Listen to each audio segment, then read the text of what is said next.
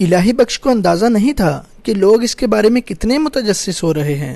اسے پتہ کیا چلتا؟ وہ تو سرشاری کی عجیب ہی کیفیت میں تھا۔ اسے دوسروں کو دیکھنے اور سمجھنے کا ہوش ہی کہاں تھا۔ یہ کیا کم تھا کہ اس نے ایک بہت ہی اہم بات سمجھ لی تھی، وہ یہ کہ اسے پہلی نظر میں عشق ہو گیا ہے۔ اب تو اس کے دل میں ابا کی بات کا خوف بھی نہیں تھا۔ یہ خیال ہی دل سے نکل گیا تھا کہ یہ محبت سزا ہے۔ وہ سوچتا، اگر یہ سزا ہے تو اتنی سخت نہیں، اس میں تو عجیب مستی، بے خودی ہے، اپنا آپ اچھا لگنا لگا ہے۔ ہاں، کبھی کبھی ایک لمحے کے لیے خلش ستاتی ہے، کاش وہ اس لڑکی کو پھر سے دیکھے، اس کے متعلق جان سکے، وہ کون ہے، کیسی ہے، کیا نام ہے اس کا، اس کی پسند ناپسند۔ مگر وہ فوراً ہی اس خلش کو جھٹک دیتا۔ اس نے خود سے بہت طویل بحث کی تھی اور اس نتیجے پر پہنچا تھا کہ اس لڑکی کو دوبارہ دیکھنا، اس کے بارے میں جاننا اس کے لیے بہتر نہیں۔ سادہ سی حقیقت یہ تھی کہ محبت اپنی جگہ، لیکن وہ لڑکی اس کے لیے نہیں ہے۔ وہ حیثیت اور مرتبے میں اس سے بہت اوپر ہے۔ وہ مختلف ماحول کی لڑکی ہے، اس سے بہتر تو شاید اس کے ملازم ہوں گے۔ سو الہی بخش مطمئن تھا کہ اسے اس لڑکی کو دوبارہ دیکھنے کی کوئی خواہش نہیں۔ اسے احساس بھی نہیں تھا کہ غیر شعوری طور پر وہ اس کی جستجو کر رہا ہے۔ خود کو سمجھنا دنیا کے مشکل ترین کاموں میں سے ایک ہے۔ بعض اوقات تو آدمی کو برسوں پتہ نہیں چلتا کہ وہ کیا چاہتا ہے۔ اس نے تھوڑا سا غور کیا ہوتا تو اس کی بات سمجھ میں آ جاتی، مگر اسے تو یہ خیال ہی نہیں آیا کہ اب وہ نظریں جھکا کر نہیں بیٹھتا، بلکہ نظروں سے چہروں کے ہجوم کو کھنگالتا رہتا ہے۔ اپنی کسی تبدیلی کا احساس انسان کو خود نہ ہو تو دوسرے احساس دلا دیتے ہیں۔ اس کے ساتھ بھی یہی کچھ ہوا۔ الہی بخش کو یہ احساس بھی نہیں تھا کہ وہ ایک گھر میں رہنے والوں کے لیے اور مزدوروں کی ٹولی کے لیے کیسا پیچیدہ معمہ بن گیا ہے۔ کوئی 2 ہفتے بعد کرامت پھر آیا۔ اس نے الہی بخش کو دیکھا جو اپنی جگہ پہ موجود نہیں تھا۔ کیا کہتا ہے استاد، میری بات درست نکلی؟ کرامت نے نثار سے پوچھا۔ نہیں، ایسا نہیں ہے، نثار نے کہا۔ میں نے 3 دن 7:30 بجے صبح یہاں آ کر دیکھا ہے، وہ کچھ بھی نہیں کرتا، سر جھکائے بیٹھا رہتا ہے۔ میں نے اسے 1 منٹ کے لیے بھی یہاں سے اٹھتے نہیں دیکھا۔ میری سمجھ میں نہیں آتا کہ وہ وقت کیسے گزار لیتا ہے۔ مجھے تو لگ رہا تھا کہ میں پاگل ہو جاؤں گا۔ تو پھر؟ کرامت نے مایوسی سے کہا۔ اور کیا بات ہو سکتی ہے؟ بات تو یہی ہے، لیکن یہ چکر کہاں چلا ہے وہ سمجھ میں نہیں آتا۔ میں تمہیں بتا رہا ہوں کہ گھر کی طرف تو یہ ناممکن ہے، ایسا سوچنا بھی نہیں، اور یہاں بھی یہ ممکن نہیں، نثار نے کہا۔ ٹھیک ہے، اب میں خود ہی اس سے بات کروں گا، لیکن اس سے اگلوانا آسان نہیں ہوگا استاد، کرامت بولا۔ ہم سب ہر طرح سے کوشش کر رہے ہیں۔ میں کچھ اگلواؤں گا نہیں، نثار نے کہا، میں صرف اسے احساس دلاؤں گا کہ بہت سے لوگوں کو یہ بات معلوم ہے کہ اس کا کوئی چکر ہے، بس پھر اس کی نظریں ہی کسی دن پورا بھید کھول دیں گی۔ وہ زبان سے تو نہیں، خود ہی یہ بات بتا دے گا۔ واہ استاد، ترکیب تو زور آور ہے۔ کرامت نے ستائشی نظروں سے اسے دیکھا۔ 3 دن بعد نثار الہی بخش کے پاس آ بیٹھا اور ادھر ادھر کی باتیں کرنے لگا۔ قدموں کی چاپ سن کر الہی بخش نے سر اٹھایا اور سامنے سے گزرنے والی لڑکیوں کے چہروں کو غور سے دیکھنے لگا۔ نثار نے کچھ دیر اسے اس کا موقع دیا، پھر اچانک بولا، تو نے جواب نہیں دیا میری بات کا۔ الہی بخش نے چونک کر اسے دیکھا۔ کون سی بات نثار بھائی؟ تو نے میری بات ہی نہیں سنی، نثار نے خفگی سے کہا۔ معاف کرنا نثار بھائی، آج کل میرے ساتھ یہی ہوتا ہے، دھیان ہٹ جاتا ہے ادھر ادھر۔ ایسا کیوں ہوتا ہے بخشے؟ پہلے تو نہیں ہوتا تھا۔ پتہ نہیں نثار بھائی، مجھے خود معلوم نہیں کہ ایسا کیوں ہوتا ہے۔ معلوم نہیں ہے یا بتانا نہیں چاہتا، نثار نے کہا۔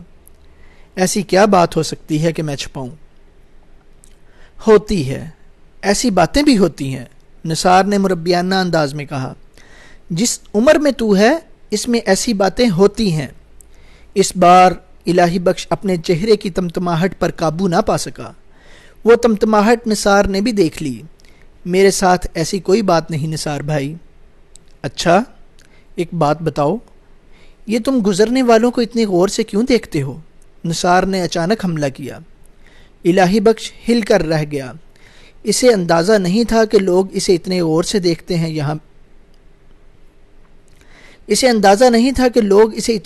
دیکھتے ہیں۔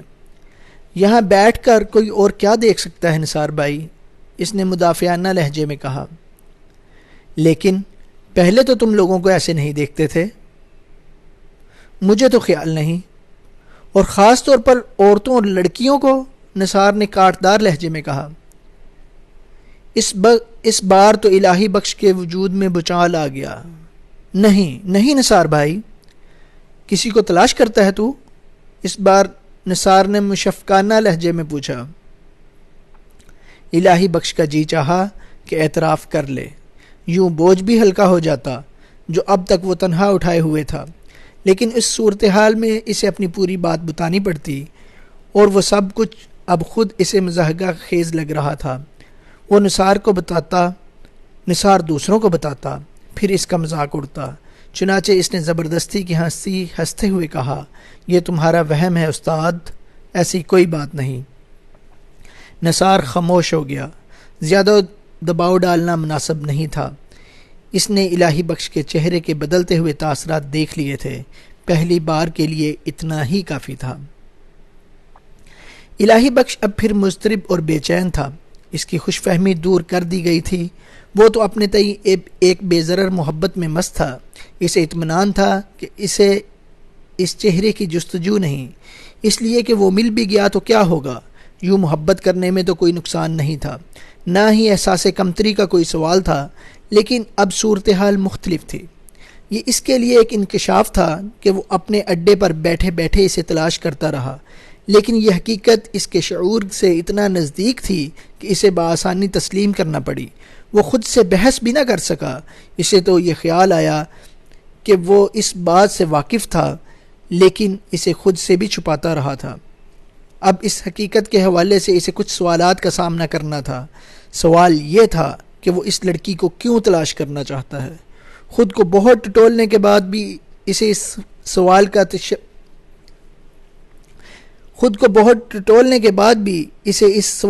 تشفی بخش جواب نہ مل سکا۔ کیا وہ اس لڑکی سے محبت کا اظہار کرنا چاہتا ہے؟ اس سوال کا واضح جواب نفی تھا۔ تو پھر بس یوں ہی وہ جاننا چاہتا تھا کہ جس کی محبت میں وہ بلا وجہ گرفتار کر دیا گیا ہے وہ ہے کون؟ اس کے سوا کوئی بات نہیں۔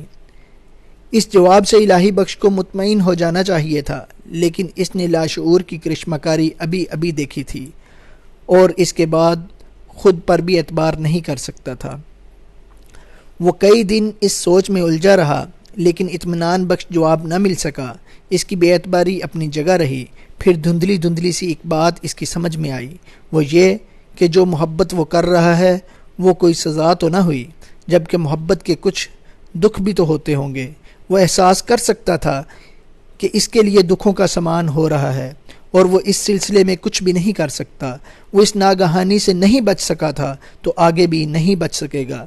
اس بات کی جزیات اس کی سمجھ میں نہیں آئی، اسی لیے وہ اسے دھندلی سی بات سمجھ رہا تھا، اور وہ دھندلی سی بات بھی اس کا دماغ نہیں سمجھ سکا تھا۔ البتہ دل نے وہ بات سمجھ لی تھی۔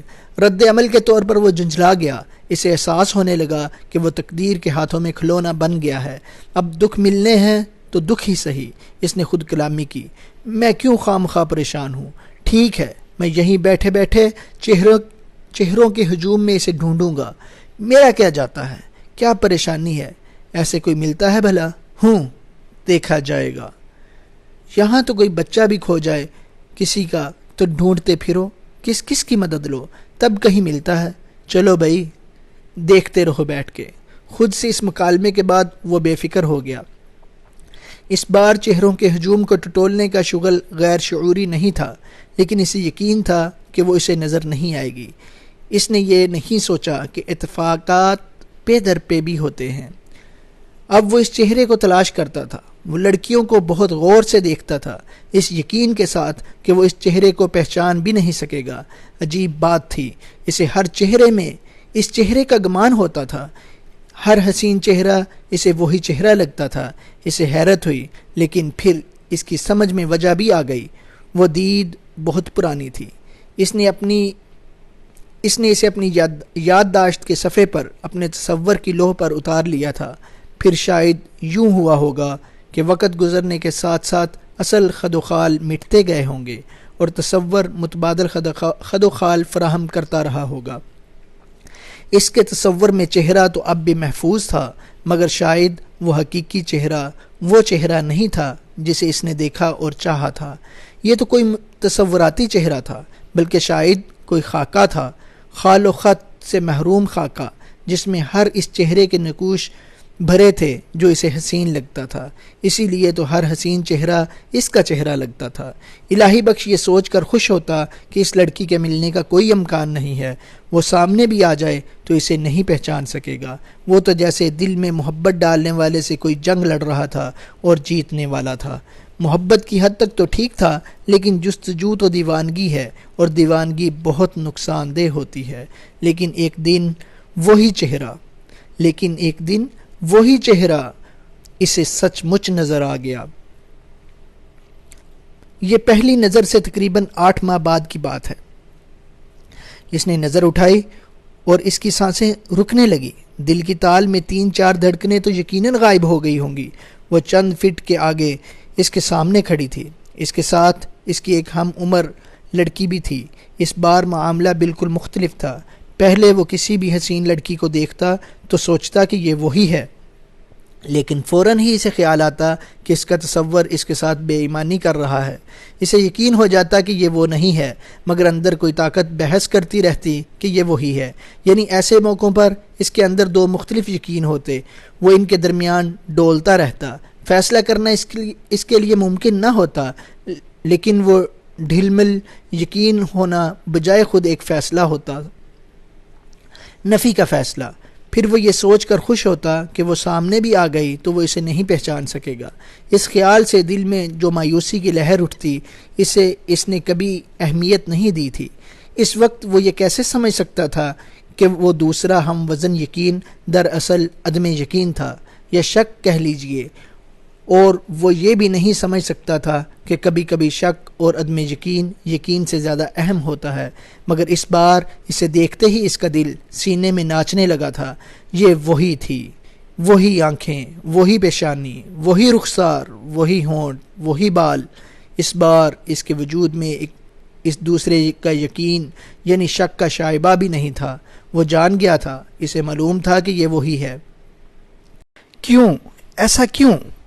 تو کیا اس کا عکس دل پر مرتسم ہونے کی بجائے اس کے وجود کی کسی نامعلوم اور چھپی ہوئی گہرائی میں نقش ہوا تھا، خود سے بھی پوشیدہ، اور اس پر نظر پڑتے ہی وہ اس کی آنکھوں میں ابھر آیا تھا تاکہ دل موازنہ کر کے مطمئن ہو جائے۔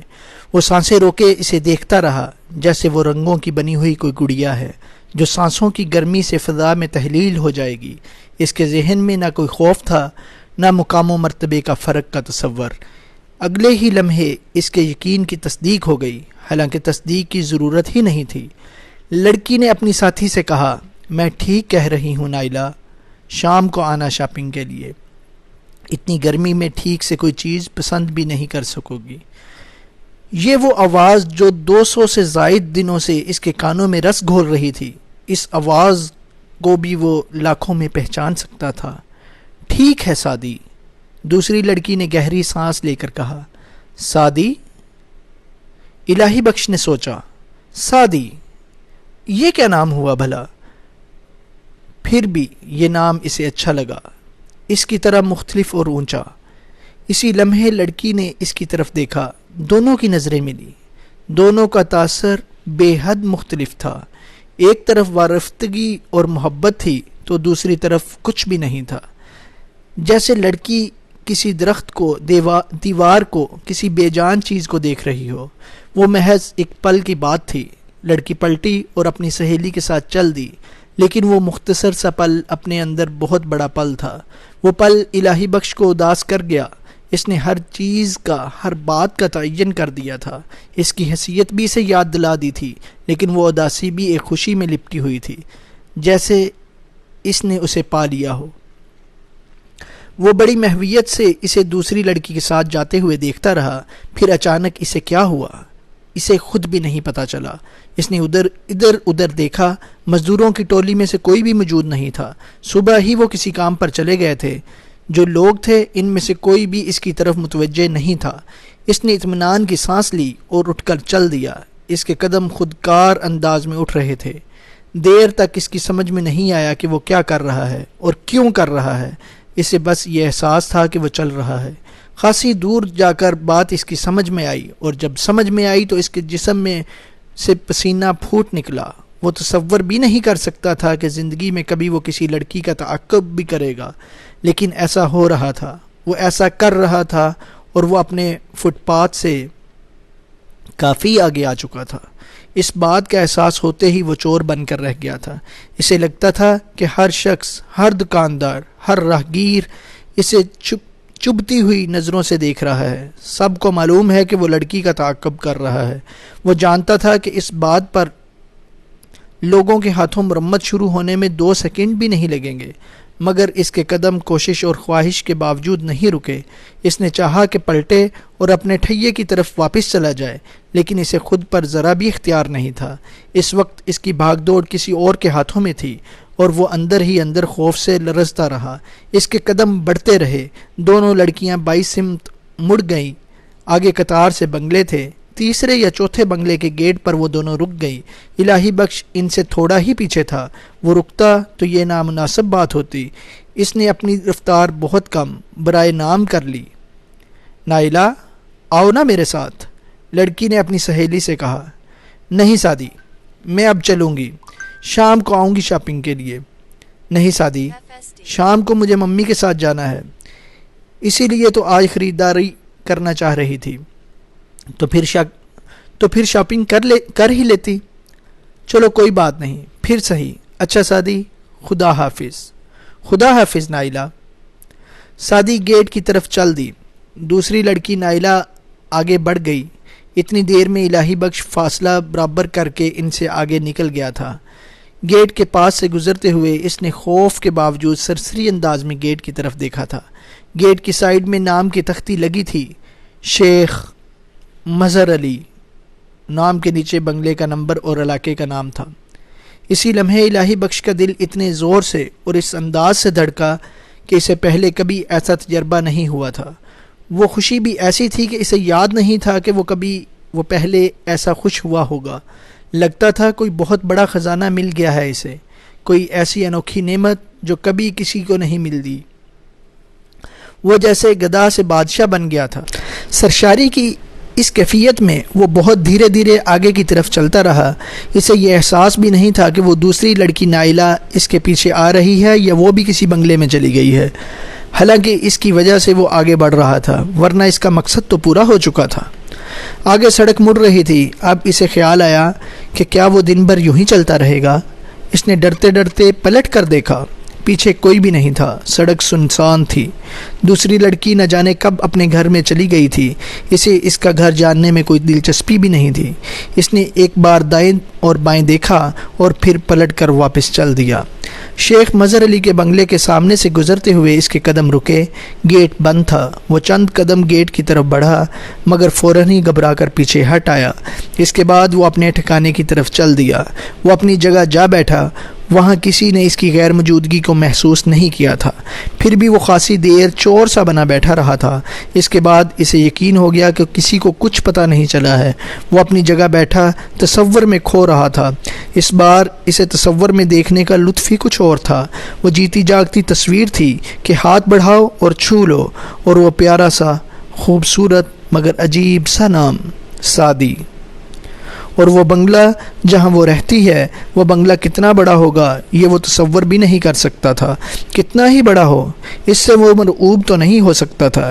اس نے ایبٹ آباد میں زمین بہت دیکھی تھی جو ایک آدمی کی ملکیت ہوتی تھی۔ آدمی چلتے چلتے تھک جائے لیکن زمین ختم نہ ہو، اسے احساس ہی نہیں ہوا کہ کھانے کا وقت گزر چکا ہے، اسے بھوک ہی نہیں لگی تھی۔ دھوپ کی دم توڑتی گرمی نے وقت گزرنے کا احساس دلایا تو اس نے چونک کر ادھر ادھر دیکھا۔ شام کی چہل پہل شروع ہونے کا وقت قریب آ رہا تھا۔ مزدوروں کی ٹولی واپس نہیں آئی تھی اور یقین تھا کہ اب وہ کل ہی آئیں گے، کام نپٹا کر وہ گھر چلے جائیں گے۔ اس نے پھر سر جھکایا اور سادی کے تصور میں گم ہو گیا۔ شام ہوئی اور روز کی طرح بازار آوازوں سے بھر گیا، سینڈلوں کی کھٹ کھٹ، قدموں کی چاپیں اور ضد کرتے ہوئے بچوں کی آوازیں۔ لیکن اس روز یہ سب کچھ اسے بالکل اچھا نہیں لگا۔ وہ جھنجھلا گیا، اس کے تصور میں خلل پڑ رہا تھا۔ اسے خیال ہی نہ آیا کہ اسی رونق کی وجہ سے ہمیشہ وہ دیر تک یہاں بیٹھا رہتا تھا۔ یہ رونق اسے اچھی لگتی تھی اور اب وہی رونق اسے ابتر معلوم ہو رہی تھی۔ وہ آوازیں جو اسے زندگی سے بھرپور لگتی تھی اب بے معنی شور و غل لگ رہی تھی، جن سے سماعت مجروح ہوئی جا رہی تھی۔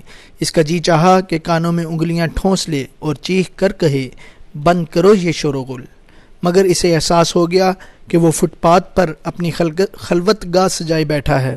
یہاں تو یہی کچھ ہوگا، خلوت تو بس اپنے گھر میں بند کمرے میں ہی مل سکتی ہے۔ یہ خیال آتے ہی وہ اٹھ کھڑا ہوا۔ اسے اب رونق کی نہیں تنہائی کی ضرورت تھی۔ آدمی باہر کی دنیا میں رونق اس وقت تلاش کرتا ہے جب اس کے اندر ویرانی ہو، رونق کا نام و نشان نہ ہو، اندر کی دنیا آباد ہو جائے تو پھر باہر کی رونق بری لگتی ہے۔ اندر کی محفلوں میں شرکت کرنے کے لیے، اندر کی دنیا کی سیر کرنے کے لیے تنہائی کی ضرورت ہوتی ہے۔ اس کے دل کا ویرانہ تو اب جنت بن گیا تھا، اسے رونق سے کیا؟ وہ پہلا موقع تھا کہ وہ اتنی جلدی گھر چلا گیا۔ گھر میں کوئی بھی موجود نہیں تھا۔ وہ اپنی محفل سجا کر بیٹھ گیا، مگر شام ہوئی، سورج ڈوبا، رزق کی تلاش میں نکلنے والے انسانی پرندے اپنے ٹھکانے پر آئے تو اسے احساس ہوا کہ یہ بھی گھر نہیں ہے، تنہائی یہاں بھی نہیں ہے، تو تنہائی ہوتی کہاں ہے، ملتی کہاں سے ہے؟ بخشے، تو کب آیا؟ کوئی پوچھ رہا تھا۔ اس لیے پوچھ رہا تھا کہ عام طور پر وہ سب سے آخر میں گھر آیا کرتا تھا۔ کیا بات ہے بخشو، جلدی آ گیا؟ طبیعت تو ٹھیک ہے تیری؟ کسی اور نے پرتشویش لہجے میں پوچھا۔ بس کچھ ایسا ہی ہے، سر میں درد ہے، الہی بخش نے کہا۔ اس پر دعا کے سلسلے میں مشورے ملنے لگے۔ الہی بخش خاموشی چاہتا تھا لیکن اس کی سمجھ میں آ گیا کہ یہ ممکن نہیں، سمجھوتا اسے ہی کرنا پڑے گا۔ اسے اپنے لیے وقت تبھی ملے گا جب وہ سب سو جائیں گے۔ اس سے پہلے وہ جتنا جھنجھلائے گا، جتنا چڑچڑا پن کرے گا، بات اتنی ہی خراب ہوگی۔ اس کا رویہ خلاف معمول ہوگا تو ساتھیوں کے ذہنوں میں سوالات کلبلائیں گے، وہ تجسس کریں گے اور یہ احساس اچھا نہیں ہوگا۔ یارو، میں کھانا کھا کر آتا ہوں، پھر تاش کھیلیں گے، اس نے کہا اور گھر سے نکل گیا۔ کھانا کھا کر وہ واپس آیا اور تاش کھیلنے بیٹھ گیا۔ اس نے پتے اٹھائے۔ اینٹ کی بیگم پر سادی کا چہرہ تھا۔ ذرا رک جاؤ سادی بیگم، اس نے خاموشی کی زبان میں اس سے کہا۔ یہ سو جائے تو ہم تم خوب باتیں کریں گے۔ اس رات اسے بھری محفل میں تنہا ہونے کا بھی ہنر آ گیا۔ تصور میں سادی تھی اور وہ تاش کھیل رہا تھا۔ کبھی کبھی غلط پتے چلنے سے اسے ٹوکا گیا، مگر سر درد کا بہانہ آڑے آ گیا۔ اس نے سوچا چند دنوں میں اسی طرح کھیلنے کی مشق بھی ہو جائے گی، اور جب سب سو گئے تو وہ سادی کے ساتھ جاگتا رہا۔ وہ اس کے سامنے بیٹھی تھی اور وہ اسے تکے جا رہا تھا۔ اے، تمہیں بولنا نہیں آتا کیا؟ منہ میں زبان نہیں؟ وہ بولی۔ منہ میں زبان بھی ہے اور بولنا بھی آتا ہے، اس نے جواب دیا، لیکن یہ سمجھ میں نہیں آتا کہ تم سے کیا بات کروں۔ جیسے دوسروں سے بات کرتے ہو ویسے ہی مجھ سے بھی بات کرو۔